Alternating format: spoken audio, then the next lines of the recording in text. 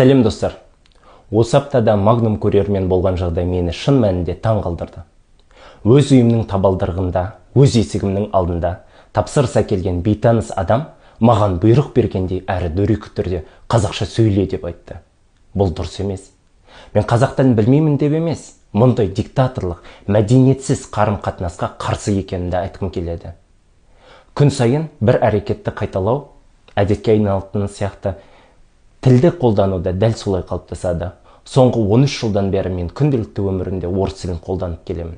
Қазір орыс тілінде білім беретін мектепте жұмыс істеймін. Мұғалім болғаннан соң таңнан кешке дейін мектептемін. Оған қоса соңғы 4 жыл бойы қосымша жұмыс жасап жүрмін. Онда украиндармен, орыстармен жобалар жүргіземін. Бұл салада да негізгі қарым-қатынас тілі орыс тілі. Сондықтан мен жазбаларымда да орыс тілінде жазамын. Себебі менің ортам, әріптестерім, достарым барлығы орысша түсінеді.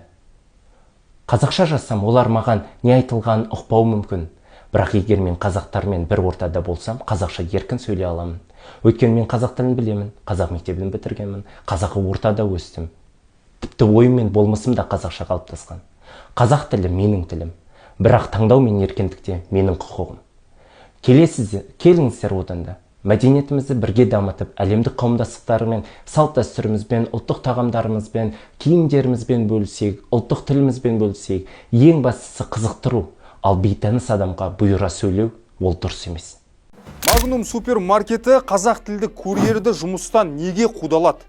Асылхан Әлімханұлы есімді азамат Magnum сауда желісінен тапсырысын қабылдарда курьердің қазақша сөйле дегенін дөрекілік деп сынайды. Артынша тұтынушыға Magnumның директоры шығып, курьердің жұмыстан бір жола шығарылғанын хабарлайды. Қазақ тілді курьердің жұмыстан шығарылғанына наразы ел Magnumға бойкот жариялау керек дейді. Ал курьер жайлы не белгілі? Қазақ Таймс басылымының мәлімдеуінше курьер Талдықорған азаматы, есімі Еркін, жасы 38-де. 1,5 жылдан бері курьер болып қызмет атқарған. Еркін ол оқиға жайлы былай дейді. Тапсырыс берушіні растау үшін аты жөнін сұрадым. Орысша жауап берді. Қазақша сөйлей берсеңізші дедім, бар болған. Дөрекілік танытқам жоқ. Құрметті оқырман, сіз соңғы рет Magnumда қашан сауда жасадыңыз? Барлықтарыңызға сәлем. Соңғы болып жатқан оқиғалар туралы сәл-пәл айтқым келіп тұр, және де толықтай Magnumның оқиғасын түсіндіріп өткім келіп тұр. Неліктен Magnumдікі дұрыс? Оқиғаның басталуы Асылхан есімді кісі өзінің үйіне Magnum желісінен азық-түлік заказ берген. Курьер келгеннен кейін Асылхан деген кісі курьерді орысша қарсы алған. Содан кейін осындай диалог жүрген. Бұл Асылханның Threads желісіндегі жазбасы. Асылханнан атын кім деп сұраған. Асылхан жауап берген, өзінің атын айтып. Одан кейін курьер қазақша сөйле деп айтқан. Бұл жерде ең бірінші курьердің қателігі кетті. Қазақша сөйле деп в указательном тоне осылай айтқан. Курьер деген обслуживающий персонал болғаннан кейін ол сервис көрсету керек. Ол өзі орысша білмейтін болса да просто доставкасын беріп кетіп қалса болады. Және де барлық бизнес жүргізетін адамдар, менің ойымша, сотрудниктары осылай клиентке қазақша сөйле деп немесе бір басқа өте дөрекілік көрсетіп клиентке қарсы сөйлейтін болса, жұмыстан шығарып жібереді жұмысшыларын. Себебі клиент өзінің ақшасын төлеп отыр, жақсы сервис алатындай. Мысалы, Асылхан деген кісі курьерге артық ештеме айтқан жоқ, ешқандай ұрсыз ештеме болған жоқ. Курьердің өзіне ешқандай дөрекілік көрсетіп, немесе орысша сөйле деп курьердің өзіне ондай ештеме айтқан жоқ. Одан кейінгі тарап жатқан жалған ақпарат, Асылхан есімді кісі ол кісіге заявление жазды деп. Бірақ Асылхан есімді кісі ол кісіге вообще ешқандай заявление жазған жоқ. Ол жай ғана өзі ситуацияны өзінің Threads желісінде, өзінің Threads парақшасына осылай жазып жіберген. Одан кейін ол Асылханның жазбасы кеңінен таралып кеткеннен кейін Magnum желісі осылай Instagram парақшасына жазып жіберген. Асылханның сізге қызмет еткен курьер жұмыстан шығарылды деп жазып жіберген. Және де Асылхан надеюсь, это временно, так как это его заработок деп аяп жазып жіберген. Бірақ Magnum желісі жұмыстан мәңгілікке шығарылды деп хабар берді. Қысқаша айта кететін болсақ, бұл жерде бірді кінәлайтын болсақ, тек курьерді кінәлай аламыз. Себебі ол өзі сондай сфера обслуживанияда жұмыс жасайды. Сфера обслуживанияда жұмыс жасаған адамдар бизнесті жүргізіп білетін адамдар, сотрудниктері бар адамдар бәрі бұл жағдайды жақсы түсінеді. Бәрі сіздердің арқаларыңыз, қазағым. 500 000 қаралым болды. Және де барлығыңыз қолдап Магнум жабылсын, Магнумға бойкот деп жатсыздар. Ал енді қазіргі таңда бір қызықты айтайын. Қазіргі таңда тыпыршып қалған Магнум басшылары 50% жеңілдік жасап жатыр. Қазағым, бұндайға алданбаңыздар, бармаңыздар. Бұлар енді жабылмастың амалын жасап жатыр. Бойкот дедік пе, соңына дейін бойкот. Магнумнан сауда жасамаймыз. Басқа жерлерде сауда жасайтын орталықтар өте көп. Және де бір тағы айта кетерлік, бұл қазақ тілін кемсіту Магнумға жат емес екен. Маған кеше салған видеодан кейін бүгін бір видео келді.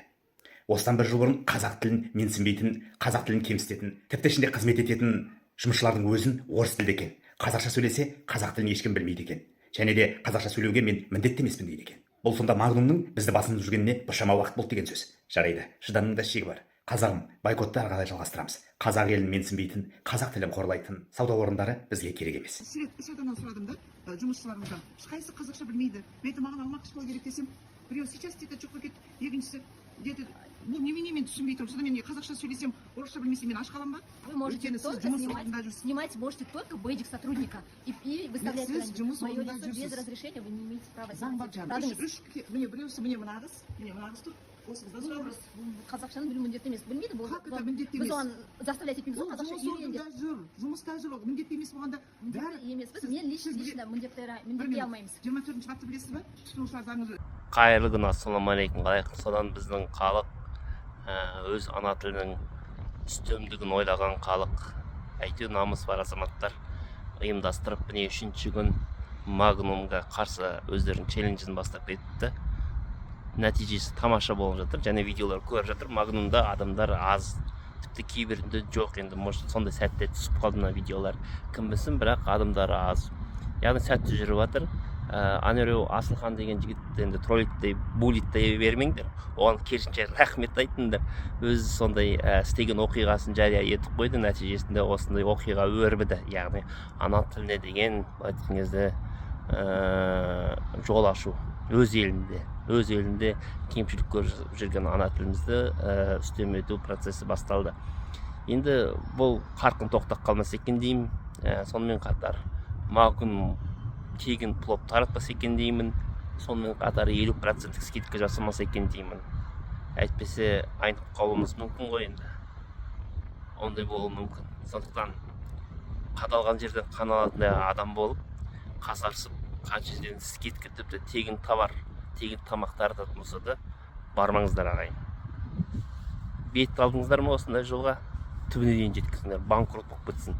Бәріне айтқан кезде үлгі болсын. Сол секілді тек қана бұндай айтқан кезде сауда орталықтарымыз, басқа да орталықтармен күресе отырып, сонымен қатар мына Қазақстан ақпараттық кеңістігінде, шетел тілінде информация тарататын блогерлар, сонымен қатар басқа да бұқаралық ақпараттық құралдар, сонымен қатар интернет бағдарламалар, яғни программалар, приложениялар, қосымшалар, және Play Market'тегі App Store'да қазақшасы жоқ барлық сондай дүниенің барлығына дизлайк қойып, оның таралу жолын тоқтату керек. Сонымен қатар әсіресе мына мультфильмдер бар қайда, балалар көретін YouTube'дағы, соның бәріне дизлайк қойып тастаңыздар, Қазақстанда таралмасын. Өйткені ең бірінші біздің балаларымызды жат елдің тілінде сөйлетіп жатқан сол мультфильмдер.